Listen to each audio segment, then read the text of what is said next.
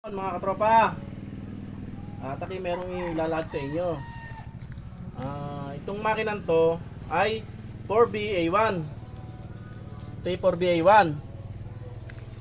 Ito ay kinonvert ko ng 4BC2 na makina. Ngayon, ang ginamit ko rito mga materyales para maging BC2, ang injection pump niya BC2. Ang connector rod niya BC1. Ang head niya Eagle. Eagle ang head niya. Ang sa connector rod naman, pwede tayong gumamit ng BC2 Eagle. Pwedeng gamitin dito sa convert ng BC2. Pwede yung mas maganda Eagle o BC2. Kasi sa BC1 magpapalaki pa ng piston pin bushing. Yun lang ang kakaibahan noon. Pero pare-pares lang sila ng sukat ng connecting rod.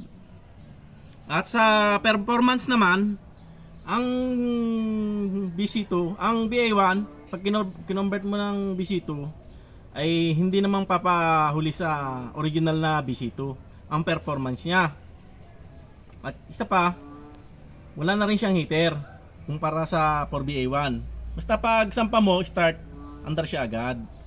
Yun ang pagkakaiba niya sa BA1 to BC2. Yun ang malaki niyang pagkakaiba.